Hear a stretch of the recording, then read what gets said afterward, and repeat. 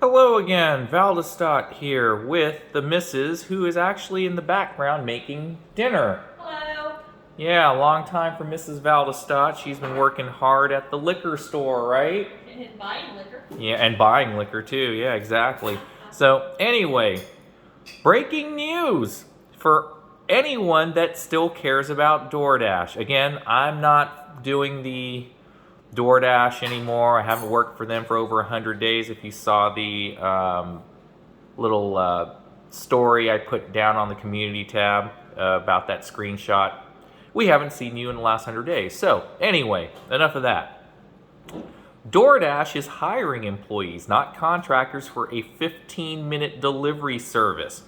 Doordash launched its first 15-minute or less delivery service in Chelsea, Manhattan for convenience store items, entering an already packed competition for the ultra-fast delivery market.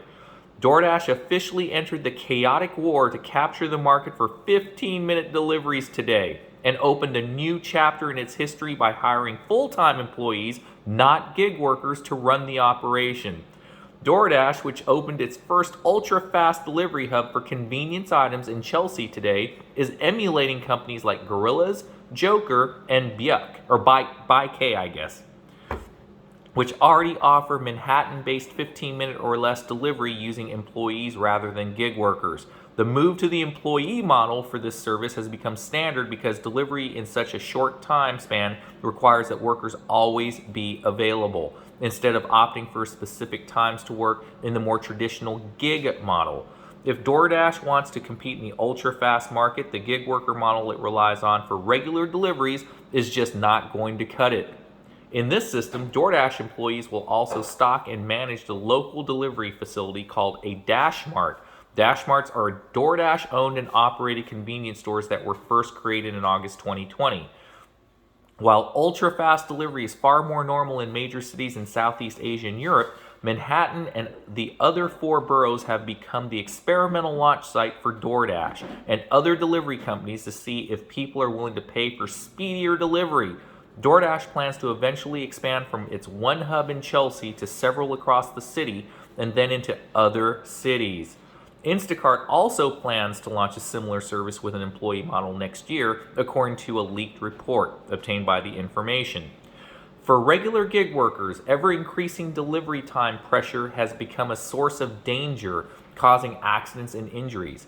The new employee model, which includes ultra-local hubs with limited delivery radiuses and company-provided bikes, is intended to improve safety while further increasing the speed of delivery.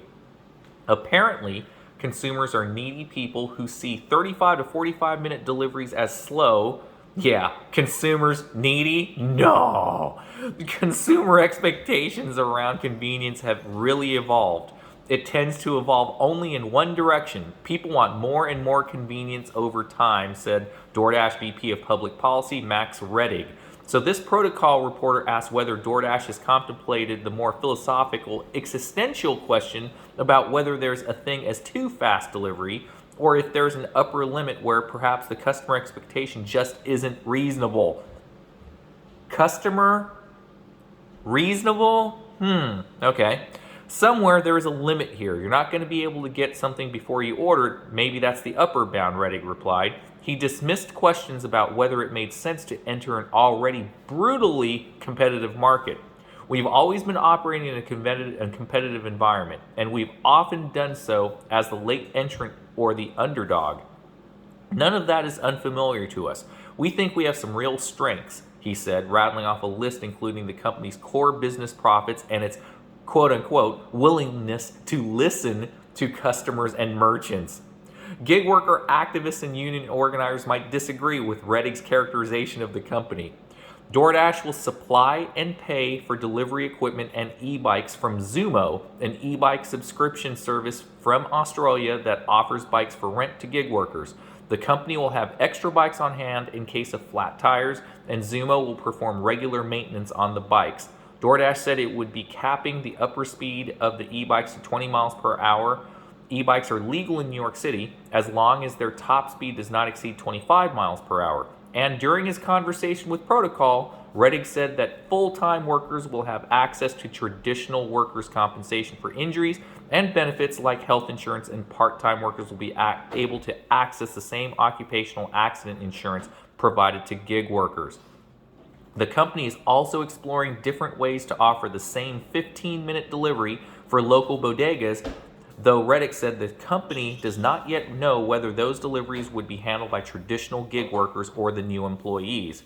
Reddick compared the creation of the planned bodega delivery service to the way DoorDash originally evolved from regular gig work deliveries to an additional white label platform called Drive, where restaurants can create their own delivery service in partnership with DoorDash.